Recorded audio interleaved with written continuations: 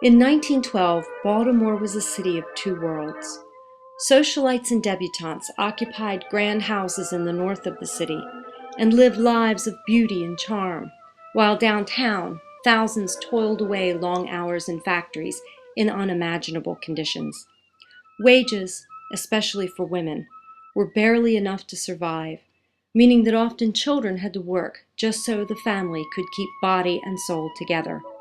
Once home, these workers found themselves living in slum conditions in the nation's third densest city. It was under these conditions that Mary Goodwillie, chair of the volunteer committee of the Federated Charities, decided Baltimore needed an organization where young ladies of leisure and education could help alleviate the ills of the city.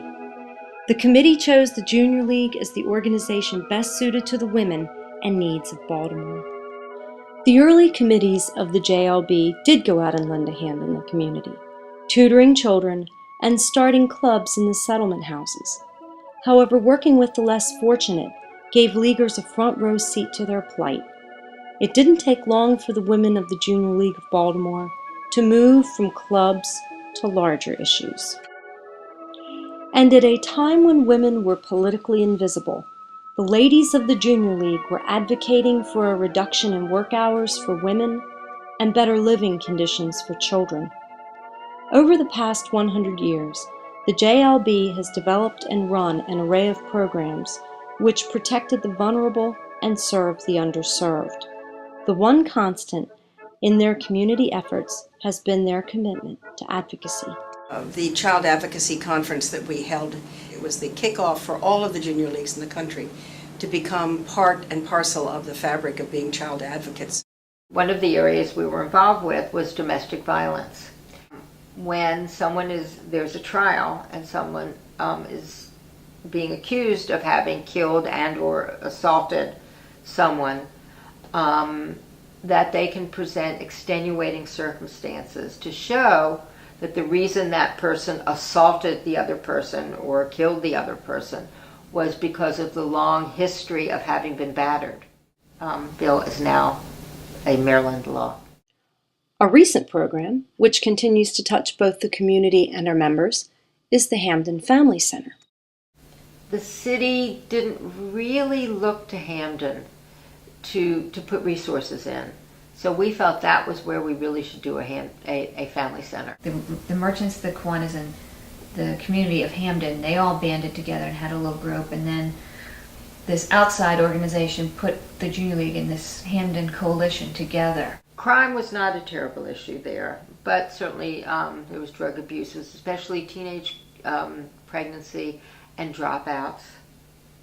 So that's why we initially decided it was important to have a GED program there.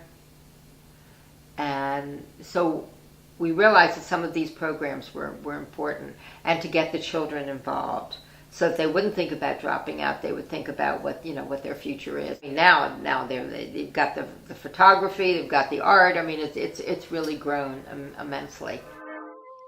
Although most of their work is local, the introduction of AJLI's Kids in the Kitchen initiative allowed the JLB to share its impact both in Baltimore and nationwide. Here, children are encouraged and taught to make healthy lifestyle choices, helping to reverse the epidemic of childhood obesity.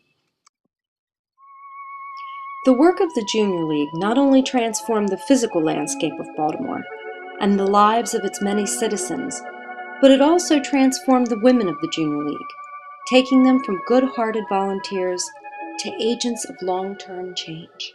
It's two parts, I think. Part of it is enabling women, enabling them by training and exposing them to a variety of opportunities with work in their community, and then it is to turn them loose on the community. And I think that's an important part of it. I don't think we're doing our work if our members aren't in some form or another out in the community.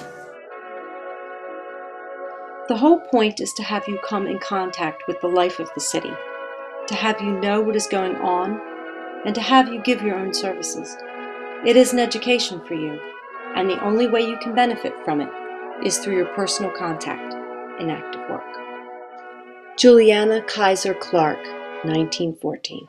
I would like to see the league continue for another 100 years. I'd like it to be available for women like me to come along and have a place where you can do this kind of work, learn these kinds of things, meet these kinds of women. You know, realizing we have a history and we have made a difference in Baltimore. We really have made a huge difference through the years in Baltimore.